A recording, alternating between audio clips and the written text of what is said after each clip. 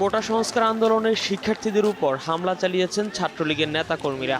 হামলায় আন্দোলনকারী শিক্ষার্থীদের অনেকে মারধরের শিকার হয়েছেন। আক্রান্ত শিক্ষার্থীদের মধ্যে ছাত্রীরাও রয়েছেন।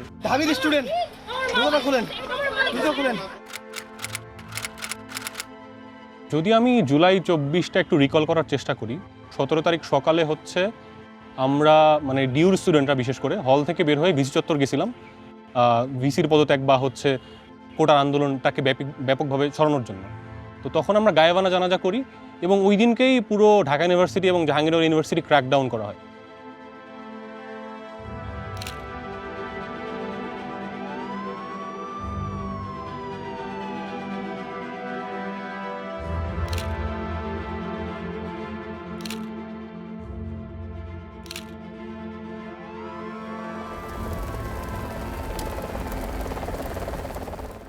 হয়তো এটাই শেষ, মানে কোনো মোমেন্টাম পাচ্ছি না, মানে সবকিছু কেমন নির্জীব লাগছে, কিছু হচ্ছে না, কি হচ্ছে বুঝতে পারছি না। মানে এই আন্দোলনটাও হয়তো নিরাপদ সড়ক আন্দোলনের মতো এইভাবেই থামিয়ে দেওয়া হবে। তো 18 তারিখ সকালবেলা উঠে আমি ফেসবুকে ঢুকে দেখি যে all ice on BRAC university, all ice on Uttara. So পুরো ঢাকা শহর তখন প্রাইভেট ইউনিভার্সিটির ছেলে মেয়ে দখলে ছিল। 18 জুলাইতে যদি বেসরকারি স্টুডেন্টরা না নামতো আসলে কি হতো? আসলে এটা একটা ফ্যাক্ট। বেসরকারি বিশ্ববিদ্যালয় যদি না নামতো এই 5ই আগস্ট হতো না এবং স্বৈরাচার শেখ হাসিনার কোনো অবস্থাতেই সেটার পরিবর্তন হতো না এবং এই রেজিমে আগের রেজিমে থেকে যেত।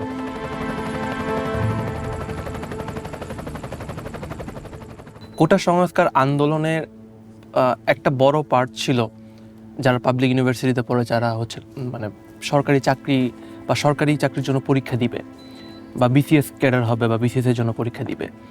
প্রাইভেট ইউনিভার্সিটিতে এই রেশিওটা খুবই কম। যখন দেখলাম বাংলাদেশে মানুষ নির্বিচারে এভাবে মারা যাচ্ছে, আমি কিভাবে একটা মানুষ হিসাবে, আমি তো মানুষ, সব কিছুর আগে পড়ে আমি তো মানুষ, আমি কেন ঘরে থাকবো? একজন মানুষ হিসেবে সে যখন বাংলাদেশে জন্মগ্রহণ করে তার কিন্তু এই দেশের প্রতি একটা দায়বদ্ধতা অটোমেটিকলি তৈরি হয়ে যায়। যখন এই আন্দোলনের সময় আমরা দেখতে পাচ্ছি যে আমার দেশে মানুষকে মারা হচ্ছে, আমার ভাইদেরকে মারা হচ্ছে, ঢাকা ইউনিভার্সিটি আমার বোনদের রক্তে রঞ্জিত করে দেওয়া হচ্ছে, এই সময় আসলে একজন প্রাইভেট ইউনিভার্সিটি স্টুডেন্ট বলেন আর যে কোনো সাধারণ মানুষ বলেন তারা কিন্তু চুপ করে বসে থাকতে পারবে না। আমরা দেশের স্বার্থে নেমেছিলাম, আমরা আসলে আমাদের ভাই, আমরা আসলে প্রাইভেট পাবলিক এইভাবে করিনি, মানুষ আমাদের ভাই, দেশের নাগরিক, তাদের জন্য আমাদের নামা লাগবে। একটা মানুষ যখন একটা সত্য জিনিস নিয়ে লড়াই করতে নামে তখন তাকে দাবিয়ে দেওয়া হচ্ছে বা দাবিয়ে দেওয়ার চেষ্টা করা হচ্ছে। তো এইটা যখন আসলে ওরা বারবার চেষ্টা করছে যে না দাবাই দিই, ও কথা বলছে গলা চেপে ধরি, আমরা না তত বেশি আরো ফুয়েল পেয়েছি, আমরা আরো দ্বিগুণ শক্তিতে আসলে ঝাঁপিয়ে পড়েছি।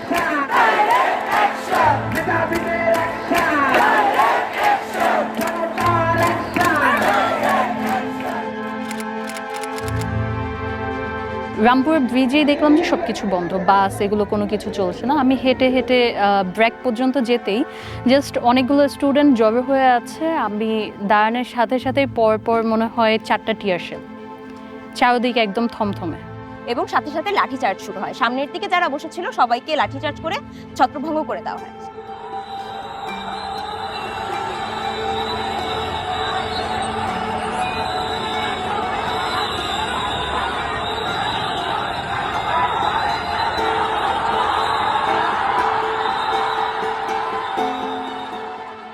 তারা হচ্ছে ওই সাউন্ড গ্রেনেড বা স্মোক গ্রেনেড থ্রো করছে, স্মোক গ্রেনেডের উপর দিয়ে তারা হচ্ছে 2টা লাঠি বাড়ি দিচ্ছে। এরকম মানে প্রথমে এরকম একটা ছোট ধাওয়া পাল্টা ধাওয়া হয়েছে। এক পর্যায়ে এসে তারা হচ্ছে ফুল ফ্লেজেডলি রাবার বুলেট বলেন বা প্যালেট গান বলেন সেটা ইউজ করা শুরু করছে।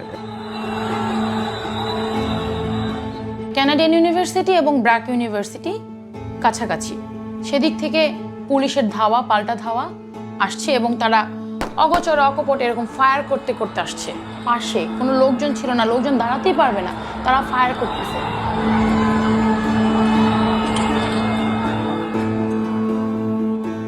পুলিশ কি করলো, এই সাইডটা থেকে আমাদের এই যে গ্লাস ছিল আরো আমাদের এই পাশের কিছু রুম, এগুলো সব কিছু ভেঙে, কারণ এটা আটকানো ছিল, ওনারা ভেঙে এখান থেকে আমাদের এখানে সিঁড়ি আছে, এই সিঁড়ি থেকে ওনারা রুফে চলে যায়। কিন্তু আহত হয়েছেন। আমি এখানে সামনে ছিলাম, গুলি গুলি মারতেছে কান্নাকাটি করতেছে, দৌড়াদৌড়ি করতেছে, কে কোথায় যাবে, কারণ কারো কোনো প্রস্তুতি নাই।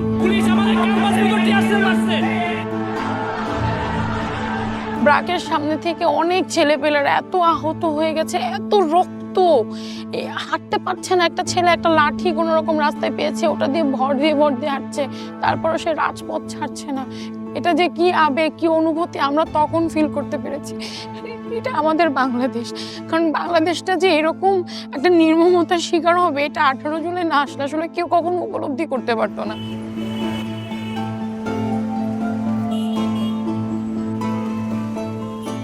18 জুলাই উত্তরায় রীতিমতো গণহত্যা চলছে।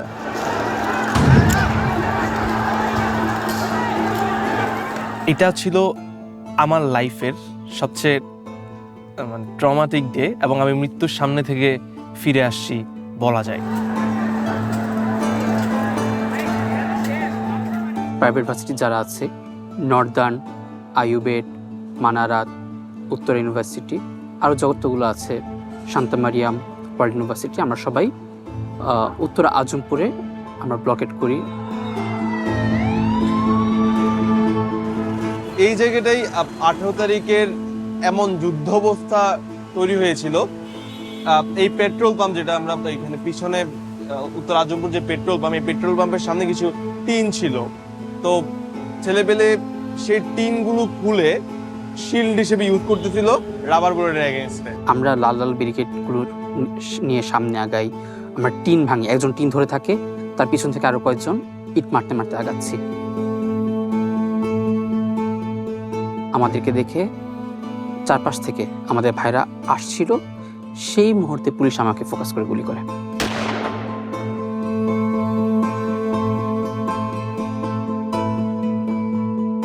আমার কাছে মনে হচ্ছিল যে হয়তো আমার মাথায় লাগছে বা মাথার খুলি উড়ে গেছে, কারণ তখন আমি চারপাশ সব অন্ধকার দেখছিলাম। তখন মুখে হাত দিয়ে আমি বসে পড়ি, ফিল করি যে মুখ থেকে রক্ত, গরম গরম রক্ত আমার হাতে এসে লাগছে। তো তখন আমি চিল্লাইতে থাকি, স্লোগান দিতে থাকি। তখন এসে আমাকে রেস্কিউ করে, তারা ইট মারে থানায়, ইট মারতে মারতে আমাকে নিয়ে যায়। ফার্স্ট আমি কিছুক্ষণ হাঁটছিলাম, তারা আমাকে হেঁটে হেঁটে নিয়ে যাচ্ছিল। আমি বললাম যে ভাই আমি পারতেছি না, আমার পুরো হাতটা মনে হচ্ছে যে হাত ভেঙে গেছে। তখন তারা আমাকে কোলে নেয়। ওই সময় হচ্ছে আমি ভিক্টোরি সাইনটা দেখে।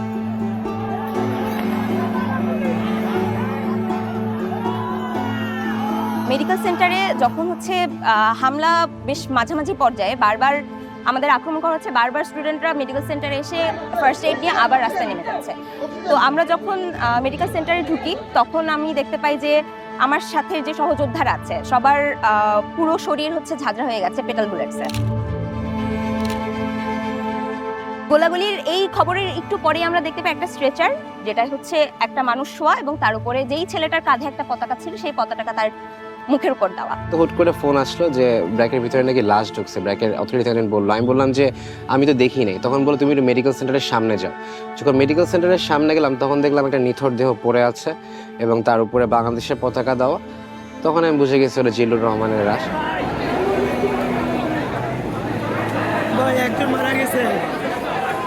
সবাই কান্নাকাটি ওই মুহূর্তটাতে, মানে সবার তো একেবারে সমবয়সী ছেলে মেয়ে ওইখানে।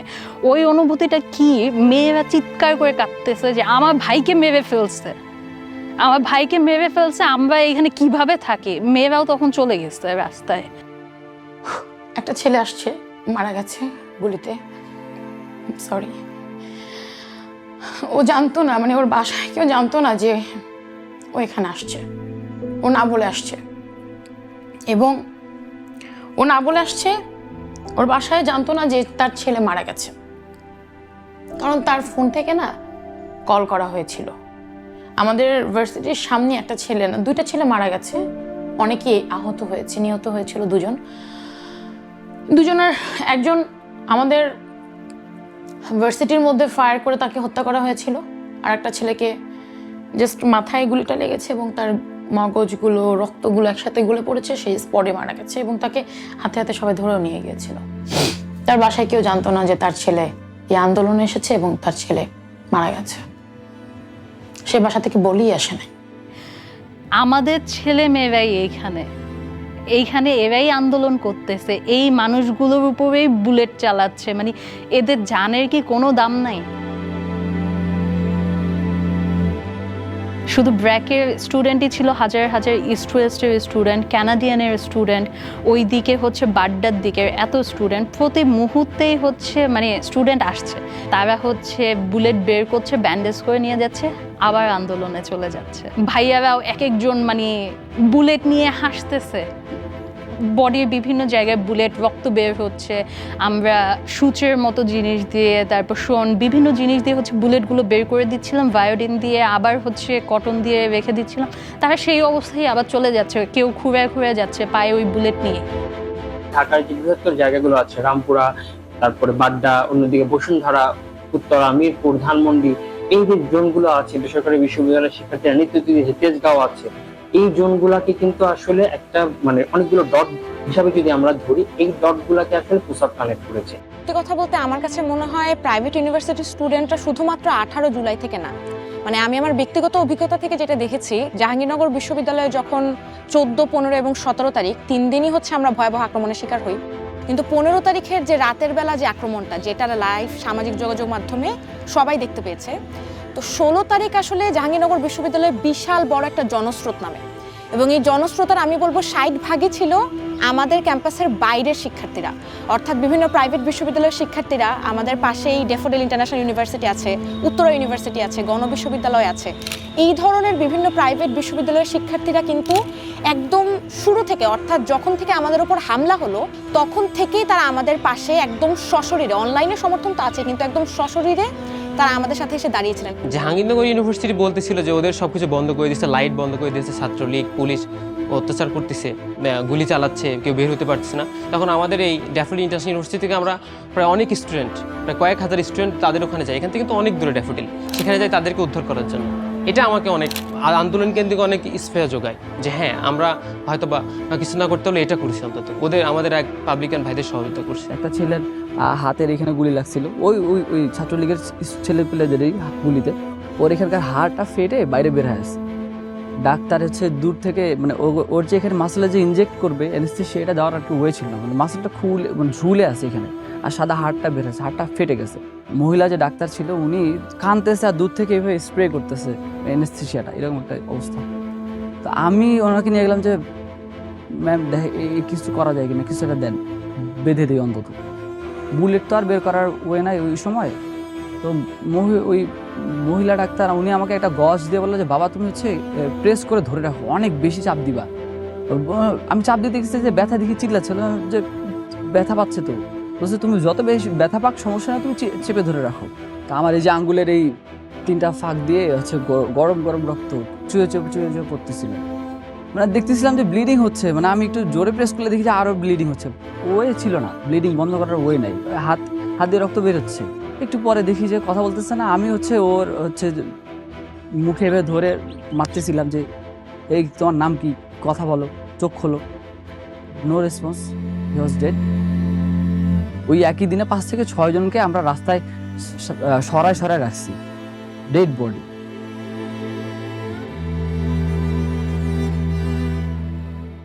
আমরা যখন 18 তারিখ আন্দোলন শেষ করে বাসায় ফিরি, বাসায় গিয়ে দেখি যে মানে পুরোপুরি ইন্টারনেট শাটডাউন হয়ে যাচ্ছে ধীরে ধীরে। তখন হচ্ছে মোবাইল কানেকশনও মানে ডাটা কানেকশনও চলে যাচ্ছে, এবং বাসায় যে ওয়াইফাই লাইন ছিল সেটাও চলে যাচ্ছে।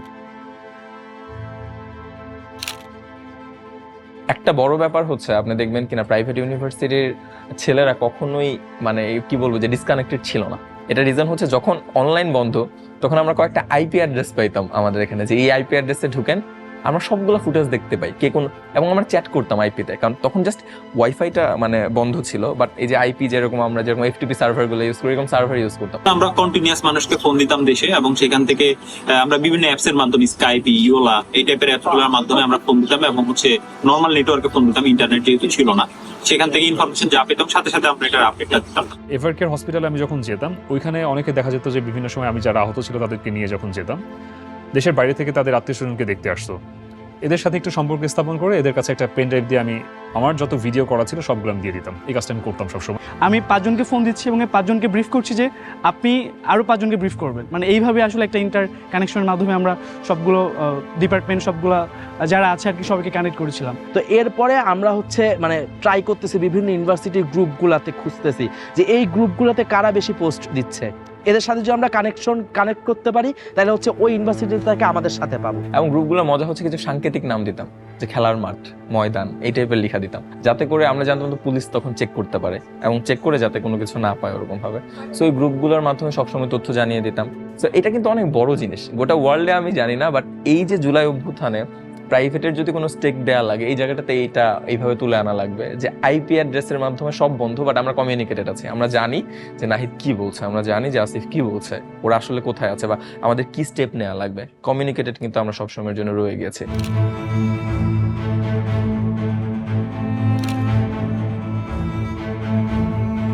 তো আমার মনে আছে আমি যখন রাতে হলে ফিরি এবং আমার হলে থাকা এক বন্ধুকে আমি জিজ্ঞেস করছিলাম যে আজকে সারাদিনের কি আপডেট। মানে ও কাঁদতে কাঁদতে আমাকে সবগুলো ফুটেজ দেখালো যে ব্র্যাক বিশ্ববিদ্যালয়ে কিভাবে হচ্ছে পুলিশ ঢুকে গুলি করছে, কিভাবে হচ্ছে হেলিকপ্টারে করে নিয়ে যেতে হচ্ছে। আমি বলবো দ্য ব্রেভারি, মানে যে সাহস আমরাও দেখাতে পারি নাই তখন, তারা পুলিশের সামনে দাঁড়িয়ে মানে পুলিশকে হচ্ছে একদম প্রতিহত করছে। এবং আমরা দেখছি যে ছাত্রলীগকে, যুবলীগকে প্রতিহত করছে ওই জায়গায় দাঁড়িয়ে সবাই, ছেলে মেয়ে সব শিক্ষার্থীরা। তো সেই কারেজটা যদি না থাকতো, সেই সাহসটা যদি আমরা না পাইতাম, এবং ওইটা জানার পরে ফুটেজগুলো দেখার পরে আমার কাছে মনে হয়েছে যে আন্দোলন থামানো যাবে না।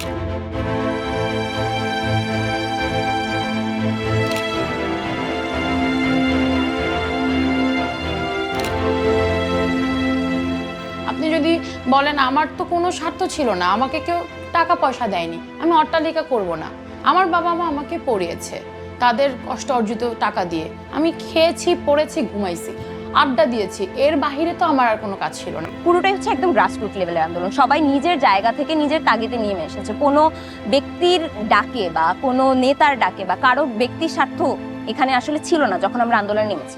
ইন্ডিভিজুয়ালি প্রত্যেকটা মানুষ, প্রত্যেকটা বিশ্ববিদ্যালয়ের শিক্ষার্থী, প্রত্যেকটা শিক্ষক এবং দেশের সাধারণ প্রত্যেকটা মানুষ আসলে অনুভব করেছে যে না আসলে যে বিগত 15 বছর ধরে স্বৈরাচারের দমন পীড়নের ভিতরে আমরা আসলে সময় অতিবাহিত করেছি, আমাদের আসলে একটা শক্ত জবাব দেওয়ার সময় এসেছে। তো এই অনুধাবনটাই আসলে আমাদেরকে এই আন্দোলনে নিজেদেরকে সম্পৃক্ত করার ব্যাপারে মোটিভেট করেছে। যখন আমরা জানি আমরা সবাই ফুল ফোর্সে নেমে আসলে আমরা একটা সাকসেস পাবো, সেই জন্যই লাস্ট সুযোগটা ছিল প্রাইভেটের স্টুডেন্টদের জন্য। আমরা প্রাইভেটের স্টুডেন্টরা শেষ সময় পর্যন্ত নামি এবং আলহামদুলিল্লাহ আমরা আসলে 5ই আগস্টের সেই বিজয়টা, কাঙ্ক্ষিত বিজয়টা আসলে অর্জন করি। পুরো জুলাই মুভমেন্টে আমি দেখেছি যে আমাদের ভার্সিটির মেয়েদের উপস্থিতি খুবই লক্ষণীয় পর্যায়ে ছিল, যে ওভাবে আলাদা করা যাচ্ছিল না যে ছেলে বেশি বা মেয়ে বেশি, খুবই সমান তালে তারা এসেছিল। একটা জিনিস থাকে যে এইসব মারামারি কাটাকাটির ভিতরে সাধারণত ছেলেরা যাবে, মেয়েরা এইসব জায়গায় কেন যাবে, এই ব্যারিয়ারগুলো কাটিয়ে উঠেও অনেকে বাসায় অনেক ঝামেলা করেও এই আন্দোলনে এসেছে। One of the main masses of the people who delivered July or August, the private universities, শুধু প্রাইভেট ইউনিভার্সিটি স্টুডেন্ট না, ওয়ার্কিং ক্লাস মানুষ, মাদ্রাসা স্টুডেন্ট, তাদের কিন্তু ওইভাবে স্টেক হওয়ার কোনো চ্যানেল নাই। প্রাইভেটের স্টুডেন্টরা, স্পেসিফিক্যালি প্রাইভেটের স্টুডেন্টরাও যাতে দেশ গঠনে একদম প্রত্যক্ষভাবে ভূমিকা রাখতে পারে এরকম কোনো ধরনের একটা এক্সেস তৈরি করে না। সেটা রাজনীতিতেও হতে পারে, সেটা আসলে পাবলিক সেক্টরগুলোতেও হতে পারে, প্রাইভেট সেক্টরগুলোতেও হতে পারে। প্রাইভেট হোক, একজন বিহারি হোক বা একজন মাদ্রাসার শিক্ষার্থী হোক, পাবলিকের হোক, একজন রিক্সাওয়ালা হোক, যেই হোক, এই আন্দোলনে যেই আহত হয়েছে, যেই শহীদ হয়েছে, তাদের সকলকে প্রপার মর্যাদা দেওয়া উচিত।